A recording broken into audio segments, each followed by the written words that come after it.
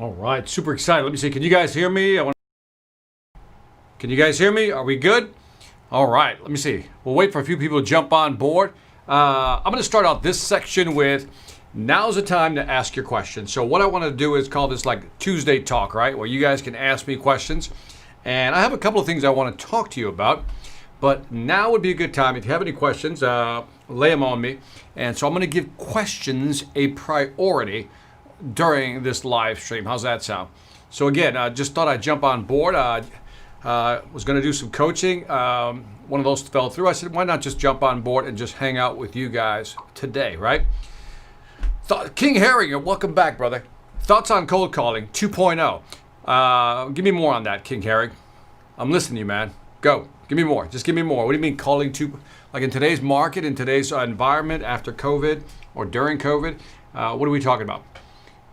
Because to me, cold calling 2.0, or really I cold calling 3.0.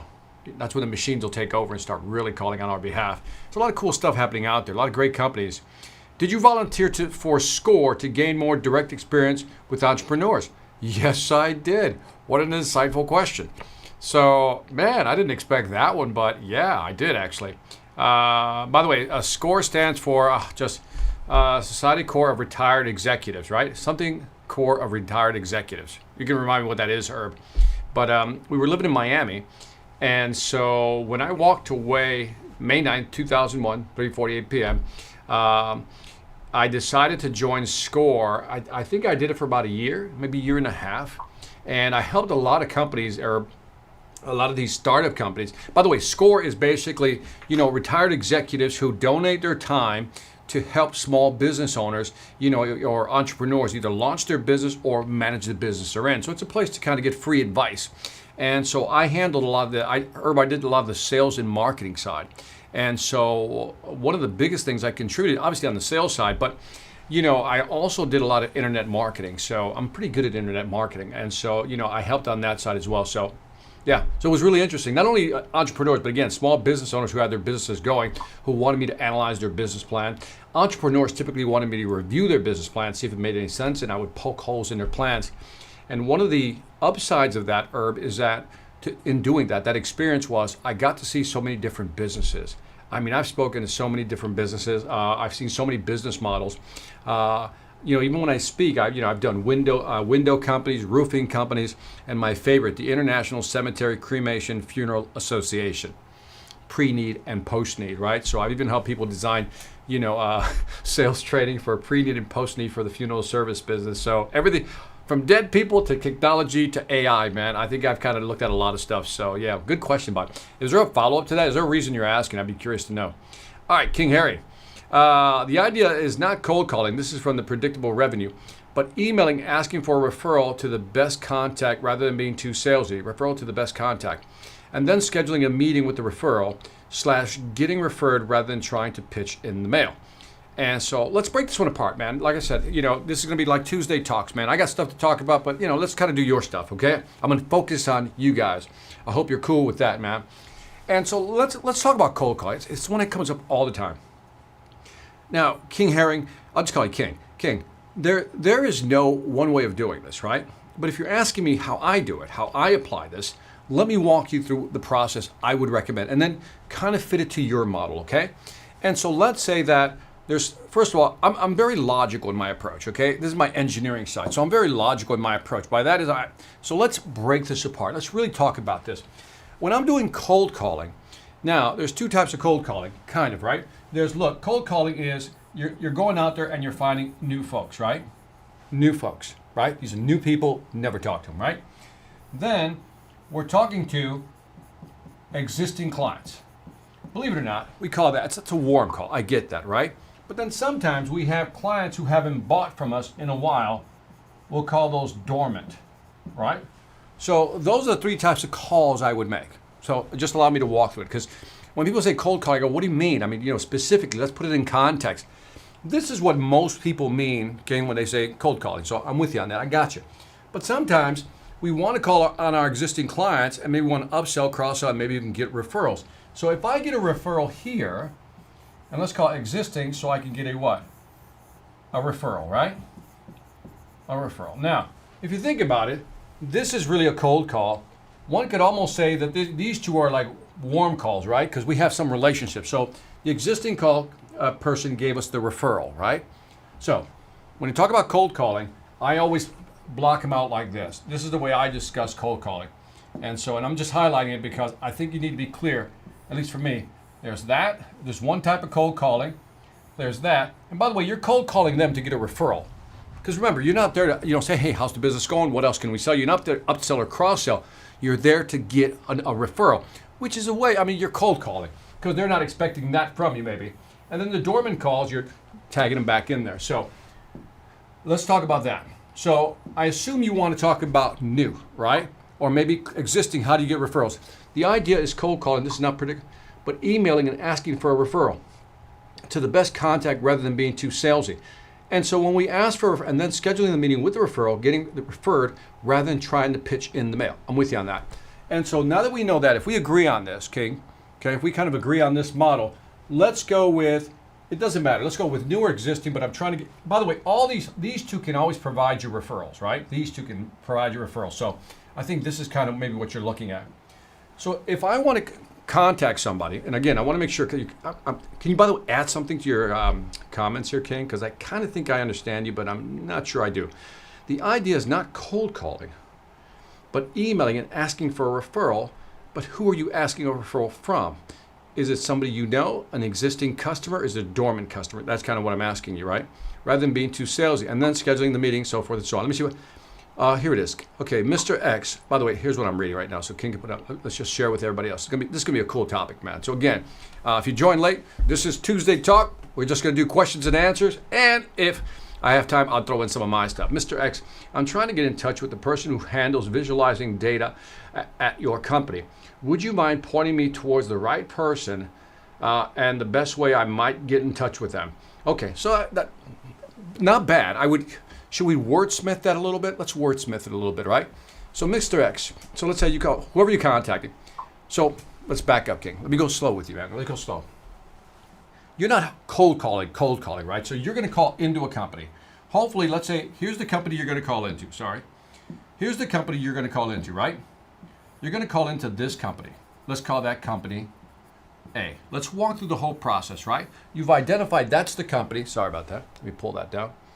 So, and I'll bring the question back up. So you've identified that company you're going to call to. Okay, so that's it. You got them, right? And you may be using some type of database service where you're actually able to pull all the contact information, like, I don't know, HubSpot or Seamless AI or some of these programs, right? So we'll call this just a giant app, some type of SaaS product that allows you to pull in all the data you need, right, from the people within that company. Now, next step is to identify what type of titles you're more likely to go after, right? So if you're looking for, and this is why I'm asking you the questions, Kate, because let's say that in this case, if they're responsible for data, then let me go back to your question. Let me pull that up again. Handles visualization data at your company. Now, if they're handling visualization data, King, who would that be typically? Yeah, okay, you said it. By the way, it's worth noting that I'm starting with 0 customers, and this is good for you, man. So let's go back up. And so let's say that you're trying to get in touch with the person. So you got to know something already, King, before you cold call, before you even pick up the phone, or email rather. So find out who they are in the business. But you got to know, am I looking for a COO, a CIO, right? Or is it some type of VP or some type of chief, I don't know, technical law? Could be a CTO. Who am I targeting? Now, even if you're starting out with 0 customers, you have to have an idea. I would say that probably the chief information officer would be my target. So I would actually pull data, right? So, and again, there's a lot of companies out there like, I think one that's really cool is Seamless.ai. I know the CEO of the company, very cool company, Seamless.ai. And again, what they do is they go all over the internet and basically they use AI to pull in all the information, and you'll be able to get all the contacts within the company. It can bring in relationships, so forth and so on. But keep in mind, King, that we need to identify who we typically talk to. So now, instead of asking Mr. X, I'm trying to get in touch with the person who handles visualization. I'm going to say, Mr. X, I said, my company offers da-da-da for your industry, whatever it may be, and it says, Are you the person who handles data visualization? Or you know what I mean? Now I'm asking directly, are you the person? Because that might be the person. Why go through an extra step if I can identify the person? The way you're setting it up here, if I go back to this, by the way, I'm not criticizing, just kind of providing positive feedback here, just so you can think about it. The way you're setting it up here is I'm trying to get in touch with the person who handles visualizing data at a company. I would rather say, by the way, the reason I'm reaching out to you is in terms of my product and service, you would be the person to talk to. Do you handle data visualization or whatever phrasing you want to use within your company? And then I'm more likely to hit the CIO on the money. Does that help a little bit? So in other words, I want you to be more strategic about it and not just kind of ask. Do you know what I mean? So what I would do is, if after studying a few companies, by the way, so you call the CIO. Now, what's most likely to happen is you're going to get the gatekeeper, right? You're going to get the gatekeeper. That person typically has a secretary, right? He or she, and you're going to have a secretary. By the way, so in my, let me see if I can bring it up here because I don't want to forget it. So in the Sales Velocity Academy, I have a whole program called Getting Past the Gatekeeper, which means dealing with this person so they're going to allow you to get to that person. So the first thing I would do is, remember I talked about identifying your ideal client profile? Who are the people you have to go after, King?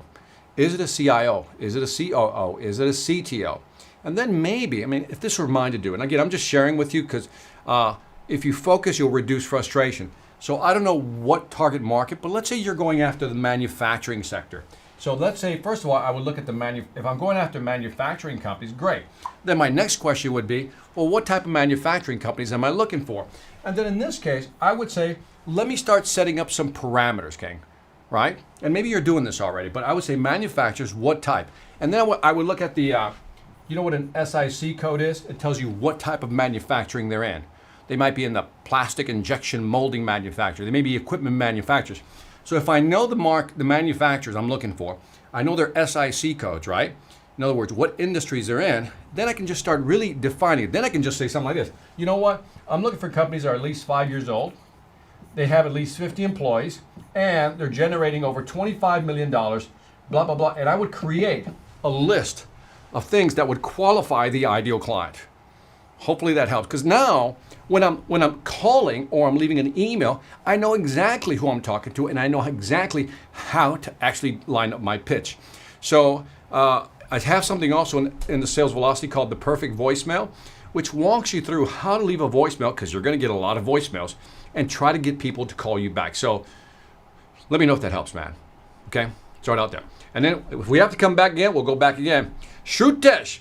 Back again. Too much hard work, VA. Got to do it, man. Got to do the work, man. But the thing is, man, when you like doing this, man, when you like helping people, it's not work, man. It really is. This is just us hanging out, man. So thank you for hanging out with me. Herb has got the follow-up. All right, here's your follow-up.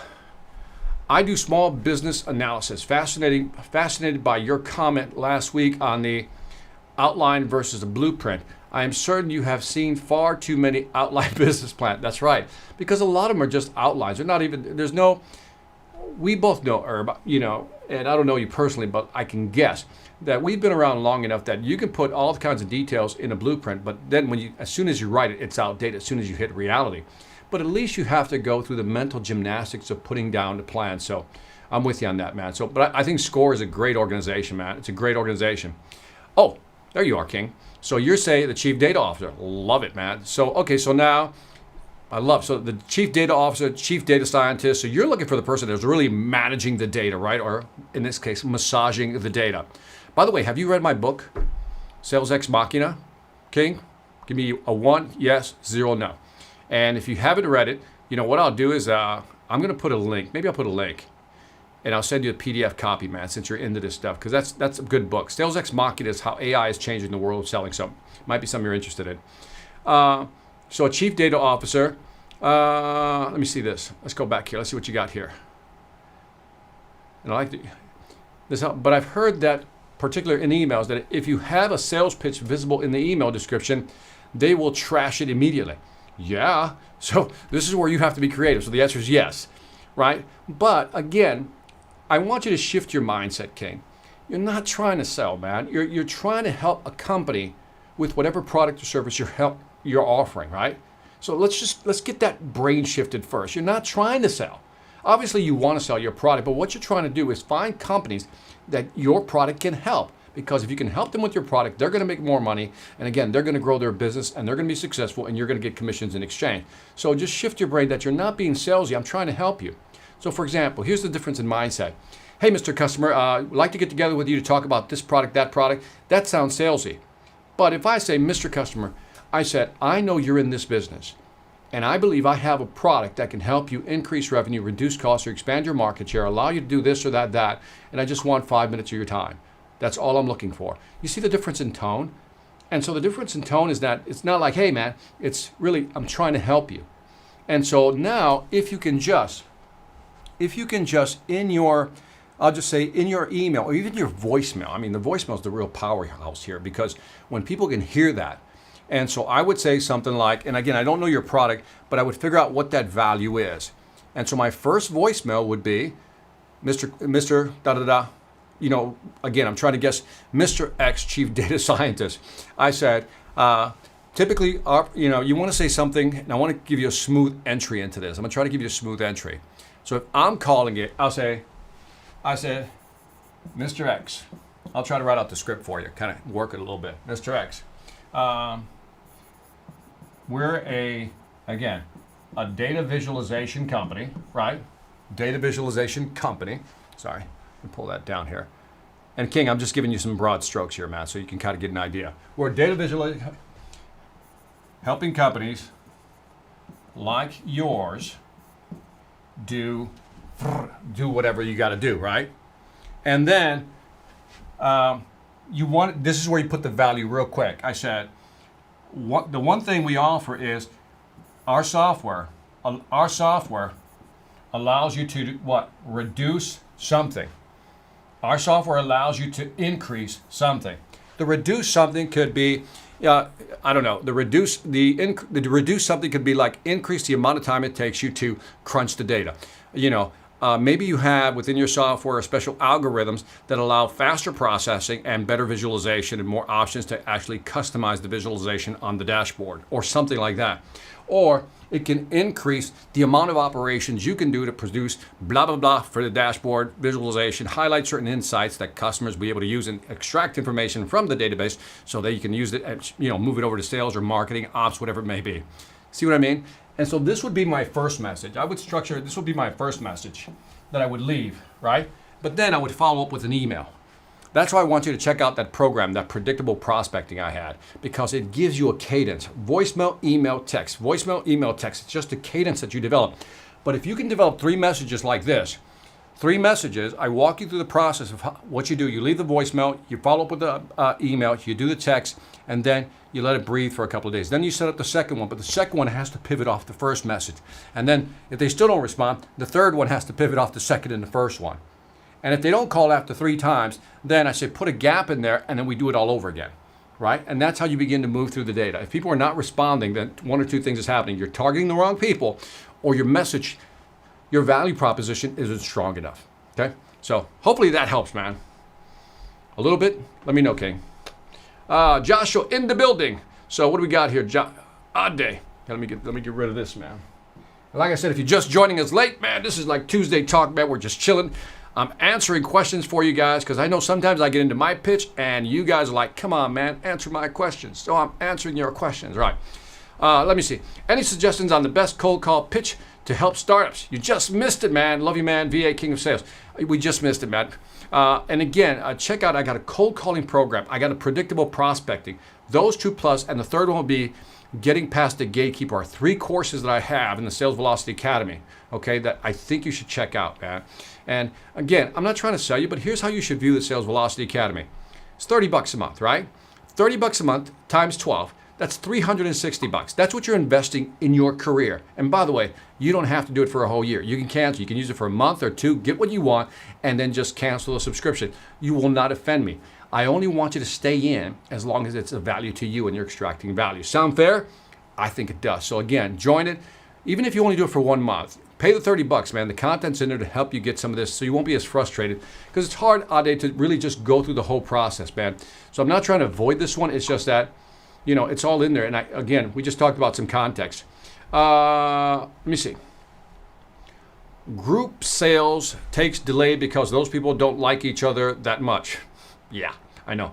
So we can't give them value and it's time consuming. And I'm the same guy who sells security cameras. You were earlier, we talked earlier, right?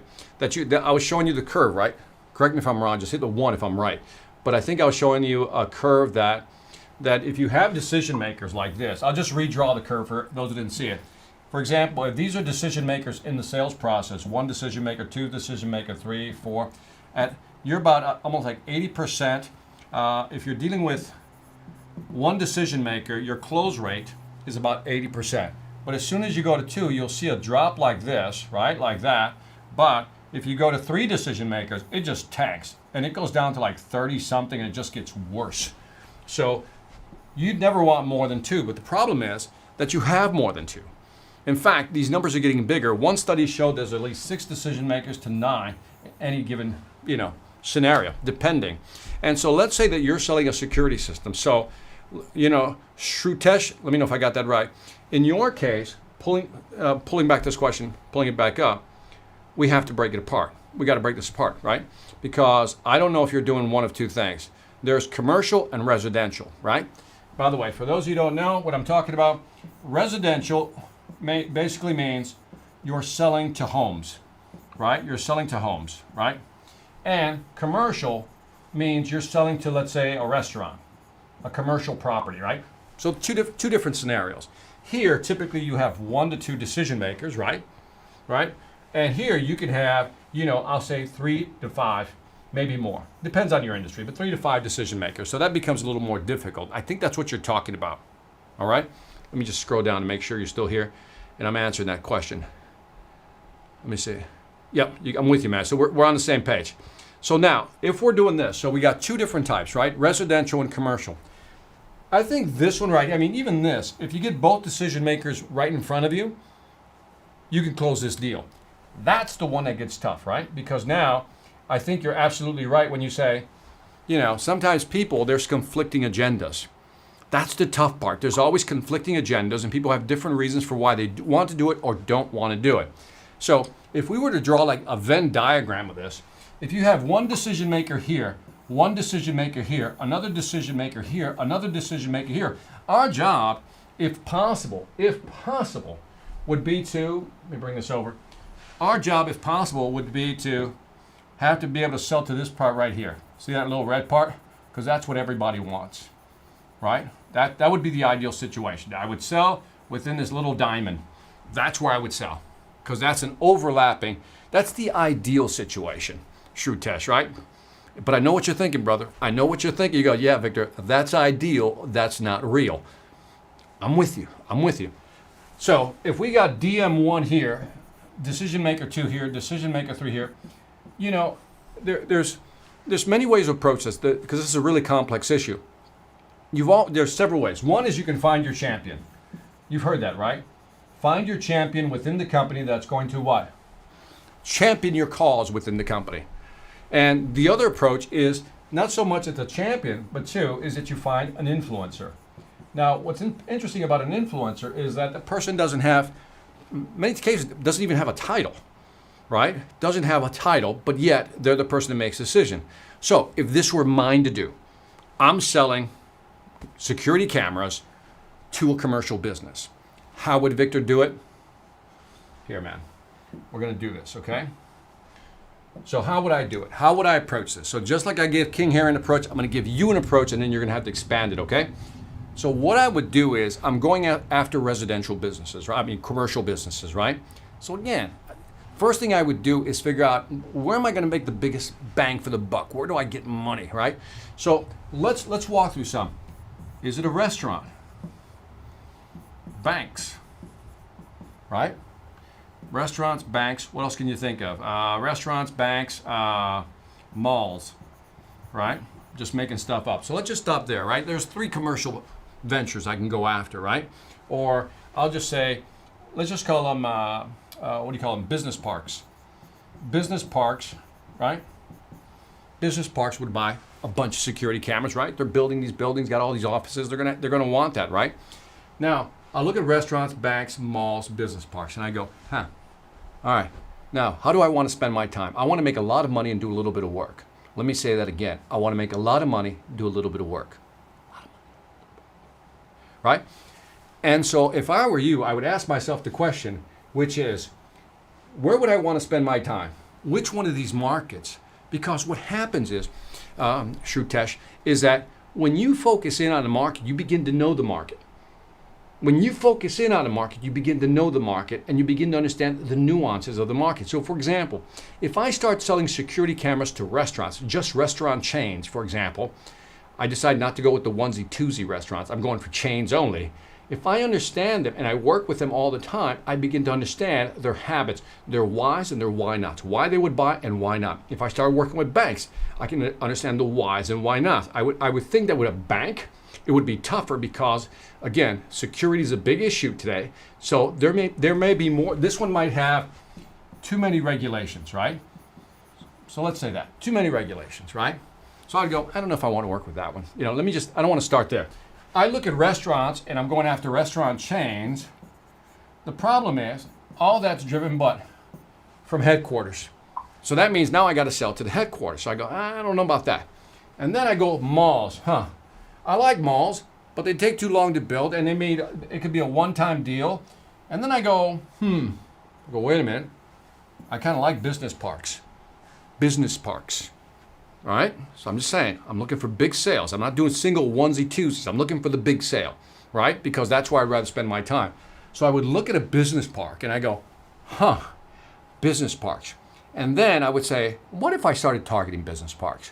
Now, there'll be two. There'll be one, there'll be existing business parks, right? That would be a tough sale. But then there might be some new developments, right? New developments.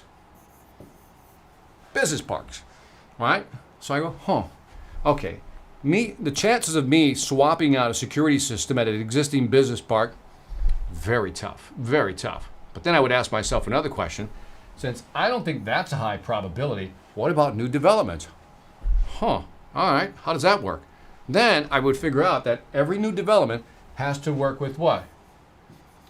Architectures, who do the actual what? Design, contractors, who actually do the real estate part, but the design piece, and there might be some other body that does the technical, the fulfillment of everything that goes into that actual business office. So I would identify these three types, because there's business parks everywhere. I would identify the architects who do the design, contractors who do the real estate part and maybe do the installation, and maybe you have furnishing and installation, F&I. So we'll just call that F&I.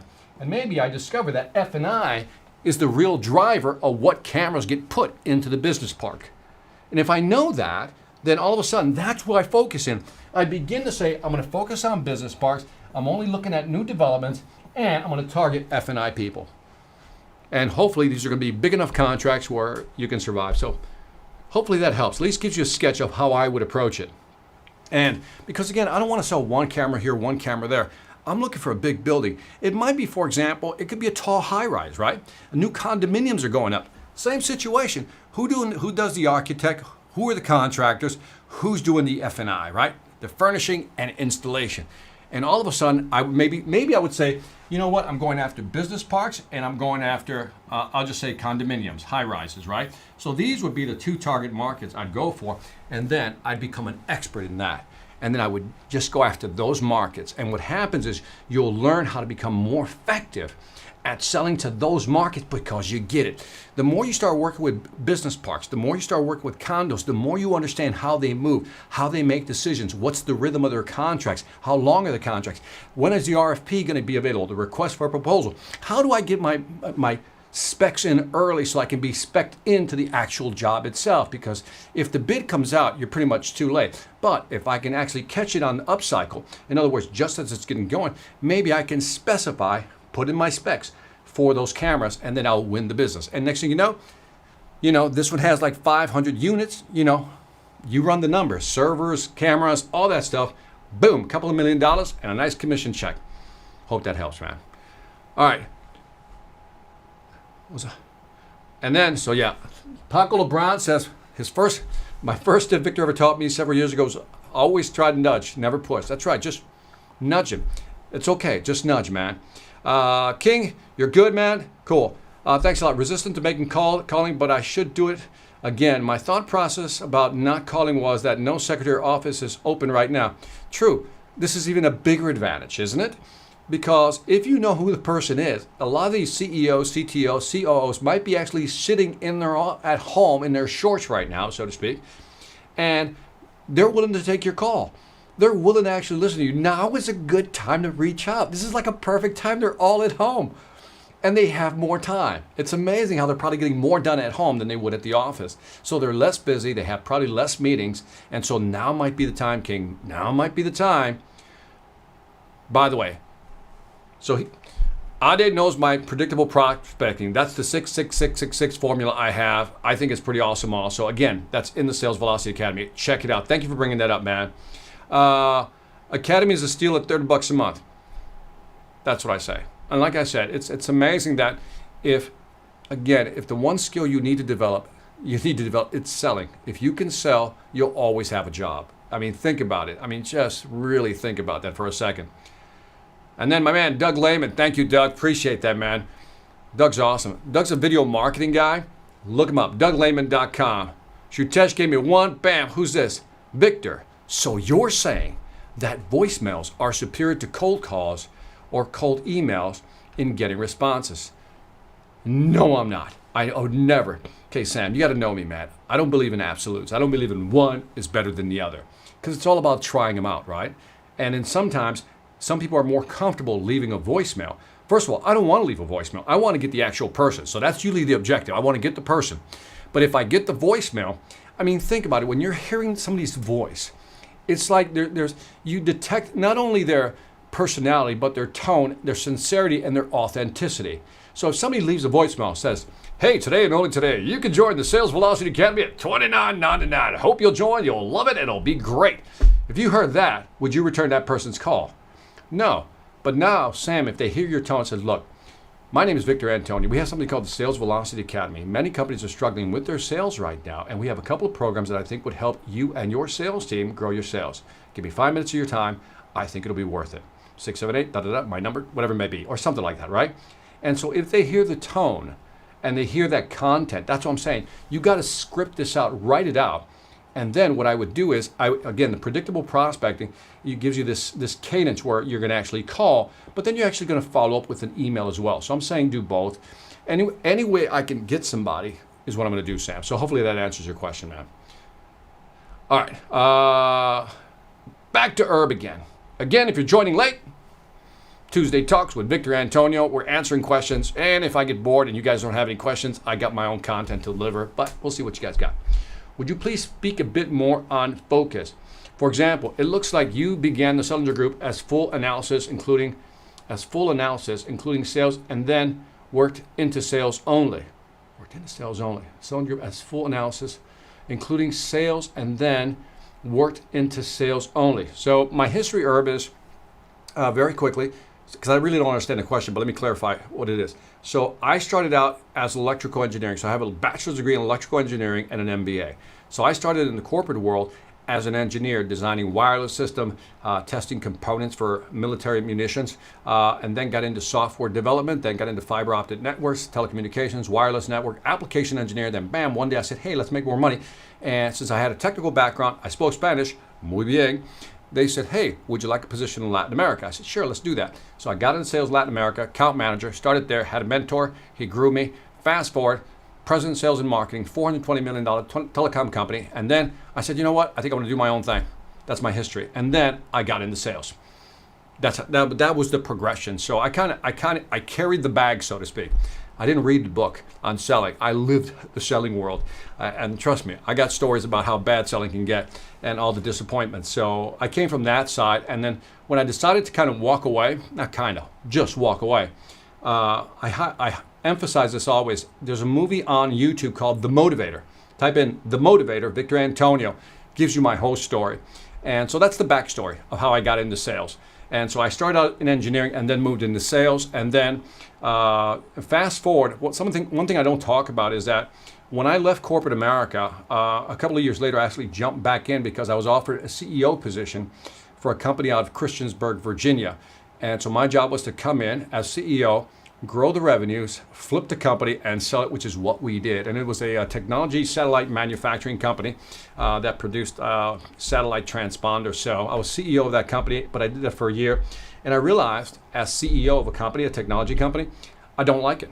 Don't ever want to be a CEO. Believe it or not.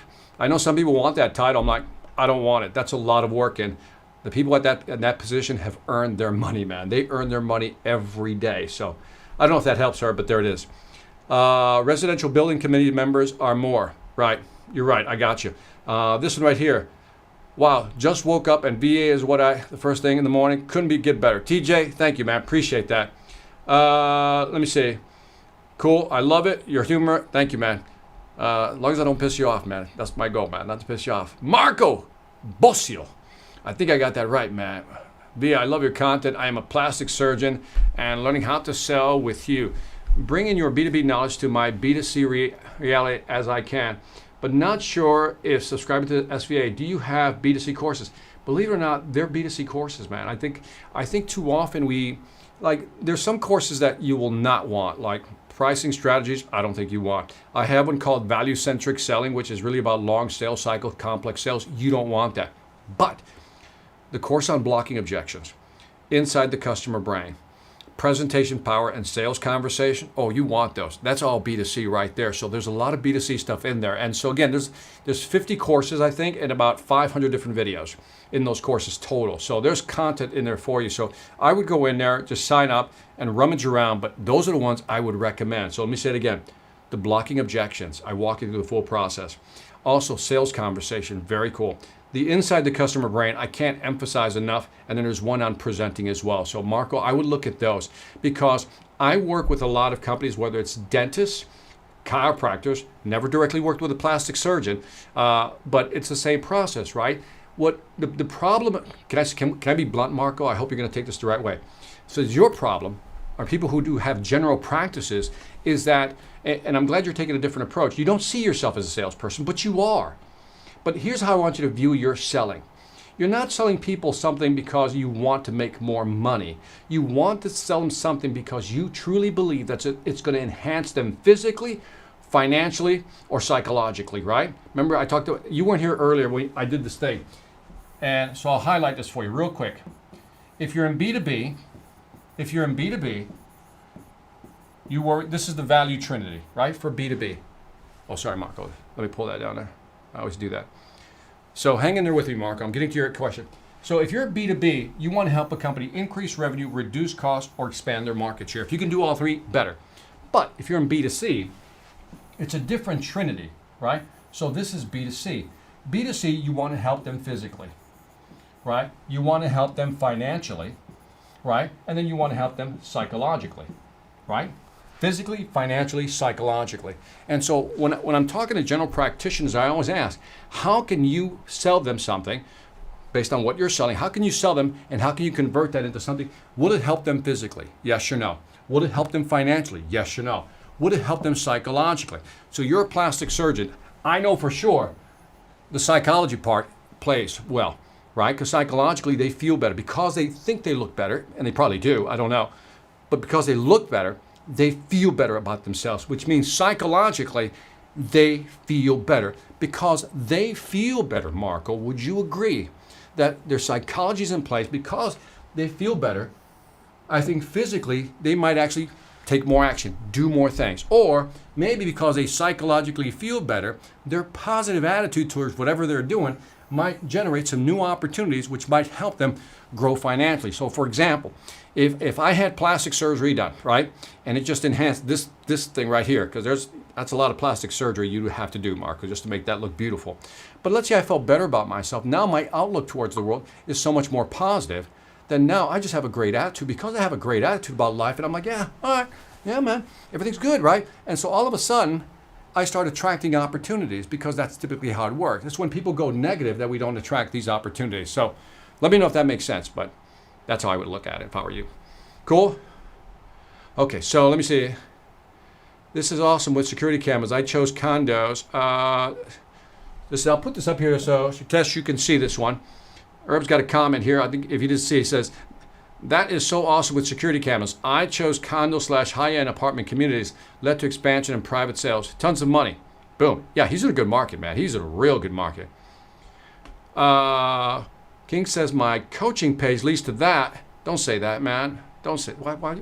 All right, I'll look into it after this, man. But thank you for the update, man. I appreciate that. Well, look who's here. Cup of Tea is here. Love it, man. Welcome back. Elkin Orozco, you put a 0, but I forgot what question I asked, so you'll have to come back and let me know. TJ's back. TJ, this is about cold calling. Well, I'm trying to make a short video presentation about the Value Trinity and send it to my prospect. Hope this works during this time. This is about cold calling, question mark.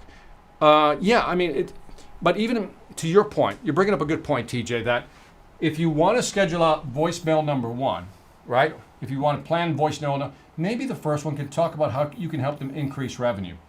Then, if you follow the sequence, maybe it's about reducing cost. And then V3, maybe it's about expanding market share. And then you can build a script around each one of these, TJ, so you know what to leave. Oh, sorry, totally messed it up again. Do you know what I mean, TJ? So you can build, your voicemail number 1 could be about increasing revenue. That's how you leave that voicemail. Voicemail number 2 could be about, hey, last week we talked about how we can help you increase revenue. I thought I should also highlight our product does and can help you reduce costs. And really, if you think about it, increase revenue, reduce costs, that really increases your profitability. Give me a call at right? And then the last one could be about, again, how can you help them expand their market share? And then I would follow up using the predictable prospecting system, just follow up and create a cadence. And then this becomes, you really have to script this out. I tell people this all the time, and then you have to play with it, tighten it up, make it tight, change it, arrange it. But once you get it down, it's like a rhythm. Once you get it, once you get the scripts right, you know what to say. In all of these, it comes out naturally. And the more you practice them, the more natural they come out and the more natural you sound if you get voicemail. But even if you don't get voicemail, if you get the person, you'll sound so natural because you know what to say, you know what your value proposition is and how to talk to customers. Hope that helps, man. Let me see. This one right here, Cup of Tea. I can't believe it. Cup of Tea's in the zone of disappointment. The zone of disappointment, let me explain that one. This is out of the book Atomic Habits. And so let me first explain what it is. I said in the book Atomic Habits, they talked about, when you start doing something, you expect results to go that way. That's what you expect, right? Here are your results over time. So when you start doing something, you expect a lot of results, right? Then what happens is, reality does this. This is reality right here. And then it kicks in. But what Cup of Tea is talking about is this right here is where people give up. That's the zone of disappointment. And this is like, and by the way, I'm living that right now. Can I give you an example how I'm living that? So I started doing these live streams. And by the way, you can look at my numbers. Look at my numbers right now, live stream. So love a cup of tea. So I'm right here. I'm somewhere right here. See, I thought if I do these live streams that my results would be like that, right? In terms of subscribers, viewership. But what's happening, I'm over here, right? I thought I'd be here, but I'm kind of right here. So, but what I'm telling myself, so I don't psych myself out, I said, no, a month isn't long enough. I don't know what the right time frame is, but I told myself we're going to do this for the next 6 months. And then I'm hoping that I push through. And then I have a breakthrough maybe by the end of the year. And then I'll just take off. And then I'll be so popular, you won't see me again. That's how popular I'll be. But how do I get out of it? I'm going through it right now. See, I believe that delivering great content eventually will pay off. I really do. So I have this belief. So you're asking, how do you get out of the zone of disappointment? You got to know where you're going. See, I know what I want. I really want to do these because I enjoy doing them, but I also know it's going to give me something back. So I'm like focused on long term. So I got a 6-month plan here, right? So maybe sometimes your time frame is too short. You're thinking right here and you're still stuck here. What if you extended? What if you just give yourself a year? Think about what you want to do, cup of tea, and then say, you know what, for the next 6 months, bam, this is what I'm going to do. I'm going to focus. At the end of the year, let's measure where we're at, cup of tea, on the curve. But sometimes you got to stay in the pocket, man. You got to stay in the zone. You got to stay in the funnel. You ever see those surfers? What do you call that when they get inside the thing? The thing comes over them, the wave. and they're in there, right? And they just stay in there. They stay in there. And that's kind of what you have to do. You have to kind of ride it. You don't know if it's going to come crashing on you, but you got to ride it. So my suggestion to you is if you're working on something, keep working on it. Maybe you just haven't given it enough time. So hopefully that helps. Let me see what we got here. Rod. What you got, Rod? What you got? Let's see what you got. And by the way, if you joined late, this is Tuesday Talk with Victor Antonio. This is my first Tuesday Talk, by the way. So I thought I'd just do this, see if it would be fun. Let me know if you guys are enjoying this. Is this cool, the Tuesday Talk, or am I boring the hell out of you? Let me know. Love it, Victor. What's your optimum frequency for follow-up in order to come across persistent enough to gain a customer's business, but not enough to become a pest, right? So how often is good enough? It varies, right? For me, personally, 2 weeks. I would do 2 weeks because I think that's a nice time frame. If somebody doesn't call me in 2 weeks, 1 week is too much. Week after week is too much. 2 weeks would be like the minimum. 3 weeks, maybe better, but 2 weeks would be minimum. So again, you'd have to measure that yourself, you know. If the guy just said, man, you just called me, then maybe you want to stretch that out. Perfect. Thank you. I will subscribe. Yeah, check it out, Marcos. Just like I said, go in there, hang out, and pull content. That's what the Velocity Academy is there for. Just pull the content you need. And then when you feel like you've gotten the rest of your content, cancel your subscription. Yeah, I'm one of the few people that will tell you, cancel your subscription when you stop using it. I just want you to get the most out of it. I'm not trying to sell it to you. I want you to pull out the content, the value you want. And when you got what you want, leave me. Okay? I won't take it personally. I never do, man. I never do. So thank you, man. John Mills. John, is that you kissing some lady? Okay, John Mills, who's kissing some lady. I'm going to assume it's your wife. Congratulations, by the way. Looks like a beautiful picture. Thanks for the stream. I work as a paramedic and I'm looking at career change. Should I try car sales? I have exceptional people skills and presentation skills. I just want to do something different. I wouldn't do it. You know why? Because I think you can make more money elsewhere. Because if you're a paramedic, I mean, think about this, man. Think about this. You can go into the medical industry, the pharmaceutical industry, big dollars, man. Now, I know people want to go into the car and be a car salesperson. Nothing wrong with it because it's a low barrier to entry.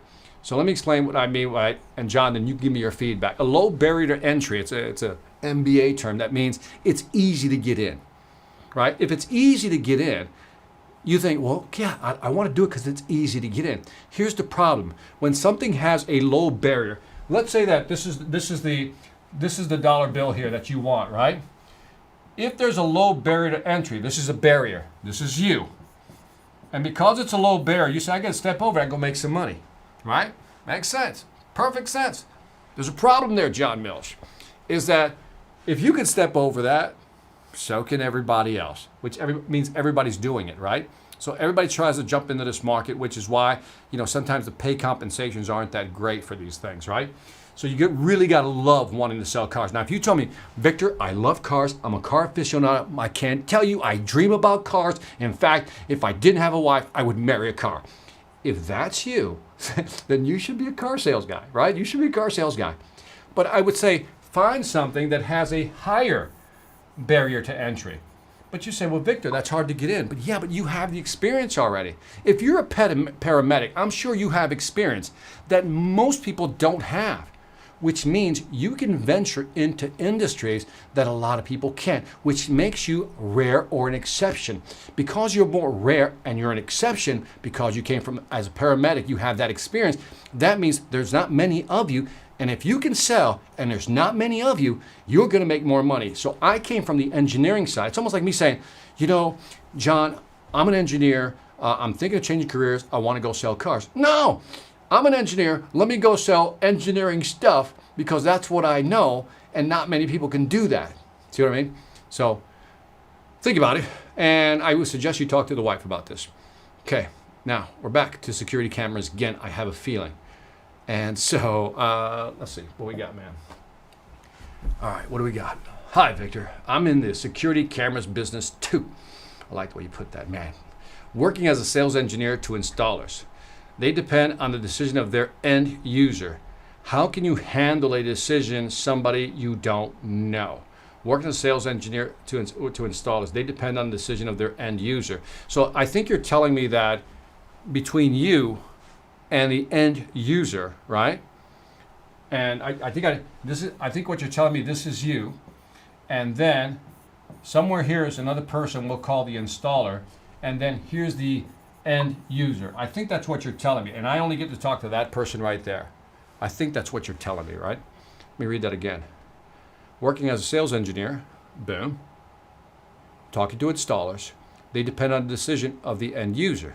How can you handle that? Simple, man. I used to deal with this all the time as an engineer. Here's how you handle this. What happens is, now, this is where I really believe relationship selling matters. You rarely hear me talk about relationship selling. But this is where I believe it matters. Because your job is not to sell the end user. Your job is to sell the installer on why they should buy from you. So my question would be to you is, what type of relationship do you have here with installers? So I would focus on, again, I'm assuming these are commercial contracts, big contracts. So what I would do when I was selling telecom, I used to have to sell, my scenario was very similar to yours. I was right here, there was a distributor in between here, and here was the end user. All right, and so I couldn't see the end user. I had to go through a distributor every time. Tough sale. I'm agreeing with you. Tough sale. But what I learned is I got close to the distributor. I got really close. In other words, we're talking once a month calls. I'll take you out to lunch calls. I send you a gift card calls. I send you a gift call. I'm talking that type of relationship that I would ask the distributor when I got to know him. I said, look, I know you're giving all the business over here to this company, that vendor. I said, all I'm asking you is, can you just, maybe throw a couple of chips my way, throw a couple of, projects my way. And little by little, I got one project. Then I got two projects, and I stayed close. And little by little, I started then, the second thing I did, one was relationship. Two, I asked, gotta ask, even for a little bit, just give me a little wallet share. And number three, I made sure that that distributor, in this case, your installer, was trained on your product. So what we would do is that we would take them, we would bring them to our location, and sometimes we had to fly people in. But maybe in your case, you don't have to fly them in. You can just take them somewhere and say, hey, we're going to do a full day training over at the Renaissance Hotel. We're going to do 3 hours of training. Go 2 hours at the pool. Come back, do another 3 hours, so we can really show you some of our new products. That's the type of relationship you have to bring close, establish with them. So, but you're absolutely right that it is tough that way. So I agree with you. I'm not disagreeing. I'm agreeing. King Harry said, don't give up on us yet. All right, I'm getting towards the end here, man. Let me see. TJ, what do you got, man? Thank you so much. Yes, I'm working on the short video presentation with all the script. Learned a lot from you. You the man. Thank you, man. You're the best, bro. Please do not stop. Hey, dude, I got to stop here in a little bit. My wife's going to get angry at me. Okay, so that did help. How are your kids doing? You give so much value and how much work preparing it. So my kids are old now, man. So they're like gone. My daughter was going to get married in August. But because of the virus, the pandemic, they were canceling it, so they're going to elope. I don't know if it's eloping because we already know. We're okay with that. But the upside of not seeing my daughter get married, the only upside is I won't cry like a baby at the wedding because it was going to be bad. That's my girl. That's the great one. So it's like, but they're doing good. Thank you for asking me. And dude, I'm always hustling, man. So Naomi, the marketer, I'm loving it. Thank you, Naomi, for showing up. Appreciate you. Cup of tea, your VODs and teaching. Thank you. Thank you. John Mills, thanks for the brutal honesty. I will keep my current job. Yeah, like I said, there was a time, John, where, I jumped for the money. True statement. I jumped for the money. You know how people say, it isn't about the money, man. It isn't about the money. And, you can't say that until you've been there. But I can say that I've been there with the money. And guess what? They're right. It's not about the money. The thing is, you have to have this thing called the quality of life. And if your quality of life is not good, then no amount of money is going to make a difference. I know a lot of people who are miserable with a lot of money. By the way, on the other side, I know a lot of people who are super happy making a lot of money.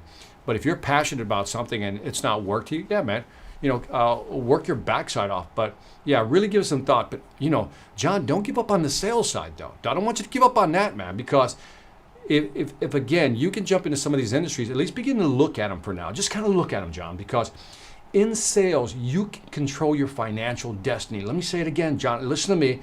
Go get the wife. Go get the wife. Go get her right now. Just bring her over and say, listen to me. in sales, you can control how much money you make. And you'll make more than you do as a paramedic if you do it the right way. So the potential upside, the revenue upside of being in sales is there, man. So don't totally give up on it. Just maybe put it to the side for now. Okay, cool. John, thank you. Stream is awesome. This one I love. Okay, this stream is making me consider selling security cameras too. That's funny, man. All right, Bilal, what do you got? As usual, you're giving us a valuable advice and information other sales gurus charge a lot for, man. That's cool, man. Like I said, it's all karma, man. It all comes back. So this one, VA, please, what's your take on selling insurance online in this COVID-19 environment? Value proposition, thanks. It's a tough one, man. This is a tough one because nobody wants to think about, I mean, again, we can have two perspectives here. One is that, well, Victor, nobody's buying because, this pandemic, everybody's at home. Nobody wants to think about insurance. I don't know.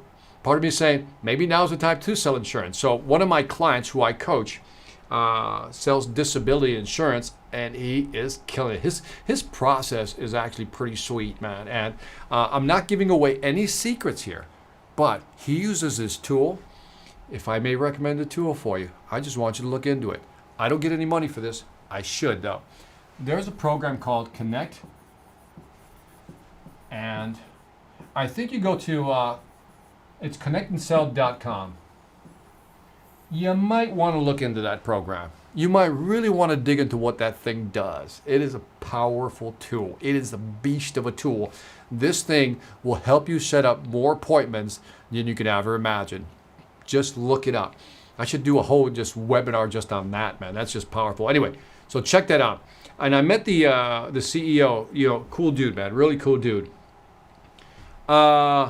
Victor. All right, this one looks interesting. Okay, Naomi the marketer. What are a variety of ways to embrace multicultural marketing? Oh, I love that one.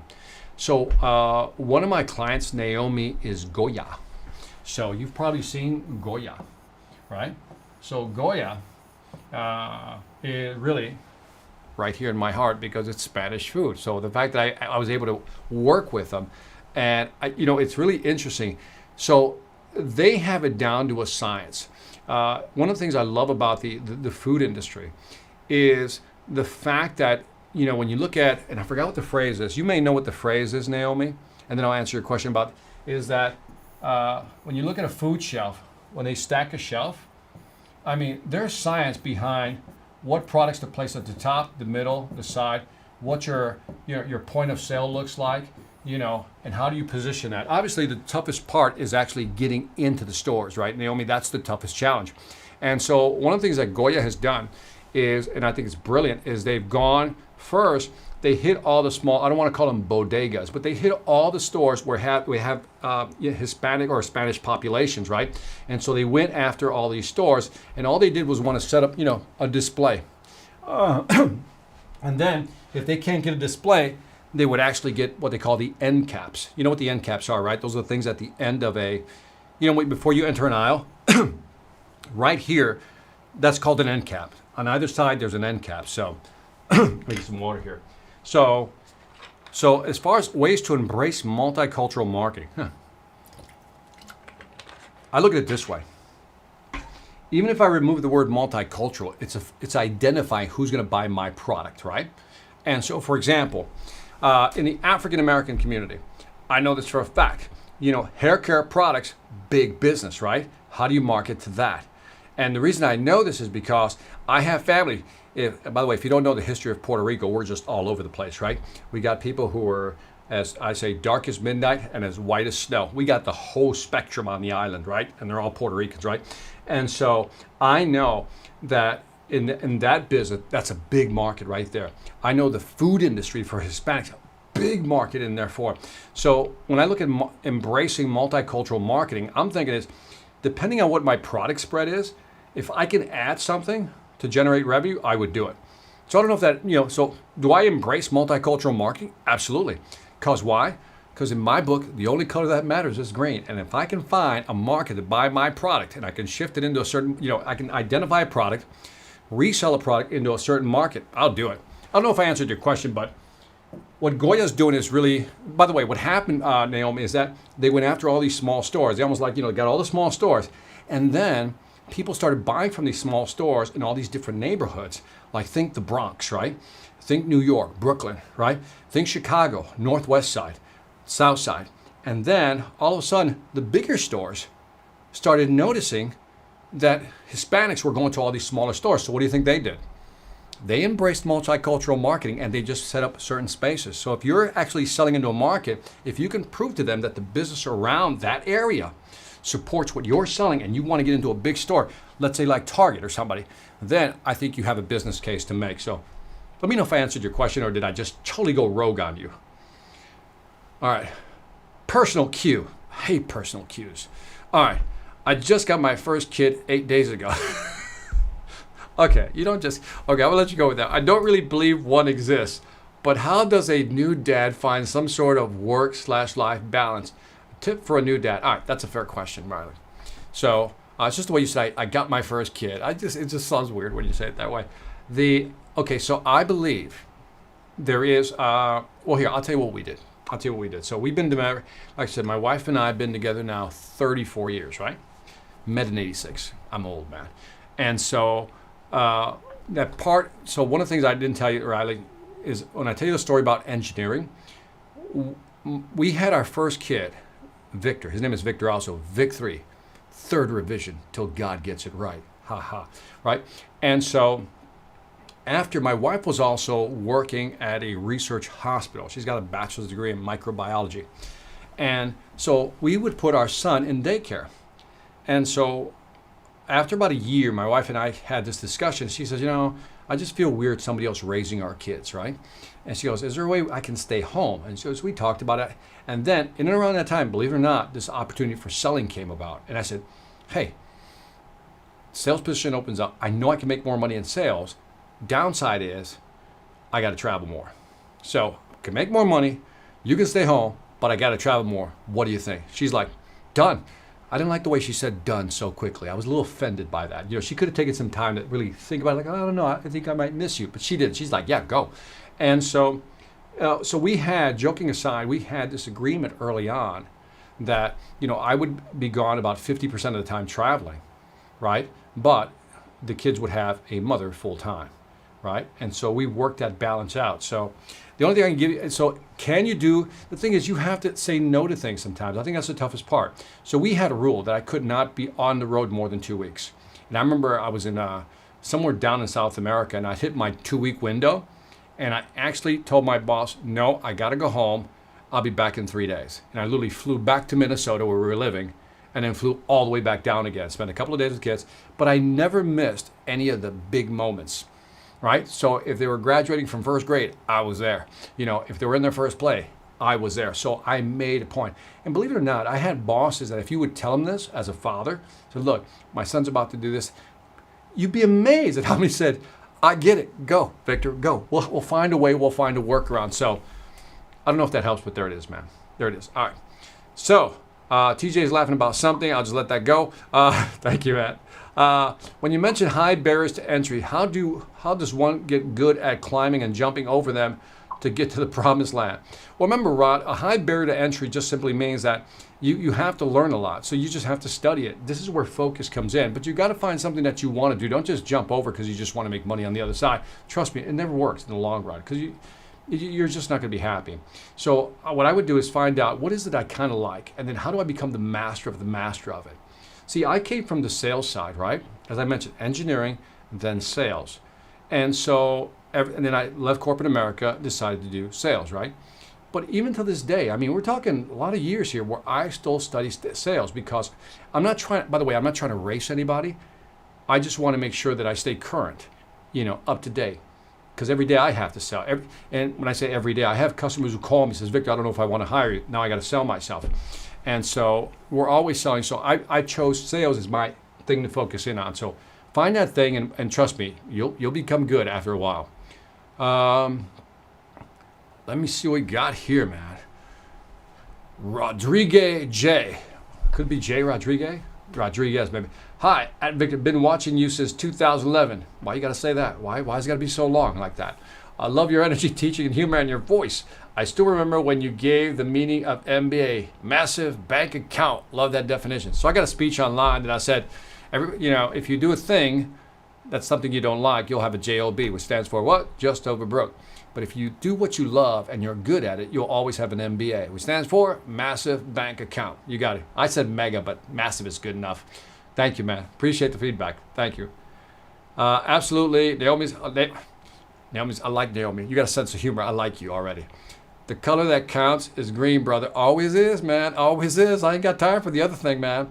Sorry I was laughing at the crybaby thing. I have a, what is this here?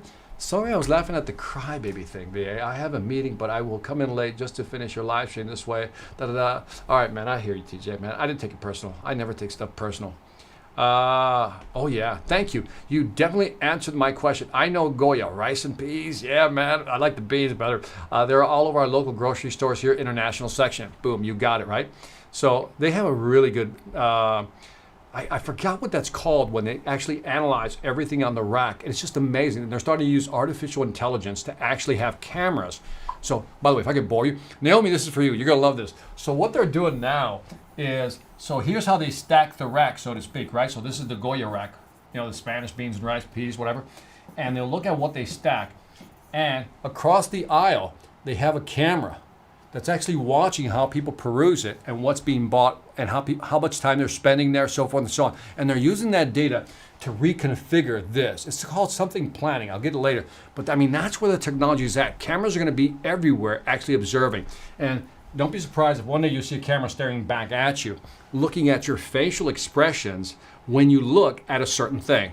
In other words, when you look at a can and you go, that might be a confused look. So they go, hey, we got to correct the label because everybody looks confused when they look at that can of peas, whatever it may be. So cool stuff coming our way. Let me see. So Jay said, yeah, she wanted you out of the house, brother. No, I think you're right, man. I think you're absolutely right, man. I think you're right, man. So, right, cool, man. I think I got everybody. Let me see. Akbar Palan Purwala. Dude, I think I'm close, man. I think I'm close. And so, let me see. Your input is high value learning. Thank you, man. I appreciate that. Thank you for stopping by, man. Hang out. And then Naomi, yeah, oh my gosh, is right. This is some cool stuff coming our way, man. So it's like the technology is, I don't think we realize, how much artificial intelligence is going to be infused into our daily lives. We already have it in our phones. We have it in Alexa, so forth and so on. All right, man, I think we're about done. Anything? Hey, Vic, call me. I can hook. Let me see. Okay. Let me see. What's this one right here? Hold on a second. Now that you guys are cruising too quickly for me. All right. This one right here. What's the greenest city and state you found selling it also? Do you see any correlation? If there is any, in which part of the country potential customers are more salesmen tolerant? It's a tough question because I've learned to adapt to, in the U.S. especially. For example, let me walk you through it. If you're in New York, Boston area, you go straight at them. It's just style, right? Because the thing is, you just can't be one style. You got to learn how to be the best salespeople, just adjust their style. So when I do an East Coast, in many cases I want to do a West Coast. When I speak to either side, I'm more like in your face, right? And I challenge them more. I'm more like a challenger sales guy. I really get into it with them, right? I go, so I remember I was doing a presentation in Boston, and for about maybe 5-10 minutes, these guys were saying something. I was just letting them, I didn't agree with them, but I was like, I'm trying to do the training. And I don't know, about the 10-minute mark, this older gentleman said something like da-da-da-da-da. And I just stopped. I said, look, let me just stop right here. And I told him, I said, you're so full of sugar, honey, iced tea. You know what I mean? Sugar, honey, iced tea. I said, you're so full of sugar, honey, iced tea. Let me walk you through why you're so wrong. And I'm not joking, the room applauded me. I couldn't believe it. So that was one stop. Now, when you do say the Midwest, like Chicago, even I would say like Wisconsin, Minnesota, the Dakotas, maybe even Missouri, and like Nebraska, they're more like that, right? Very smooth, very casual, very calm. They like you to listen. If you're in the South, where I'm at right here in Georgia, right? things slow down a little bit, man. So you just got to take your time, not try to oversell them. So I think there isn't a better place for a salesperson. You may want to ask is, if this is my style, where would I sell the best? So depending on what your style is. So that's how I would look at it. So that's a good question, though. I never had that question, Rod. So let me see. What's the greatest? Okay. King of Defense. You up with the AI? No, I'm down with the AI. I'm down with OPP and the AI. Yeah, man. Let me see. B2B for the installer. I don't know what that means, man. B2B for the installer company. Don't know what that means. Dude, thank you again, man. The way you speed through the questions, I'm not trying to rush to them. I'm trying to give you guys some good answers because I know it's like, let's get through it. So I think we're done, man, with the questions.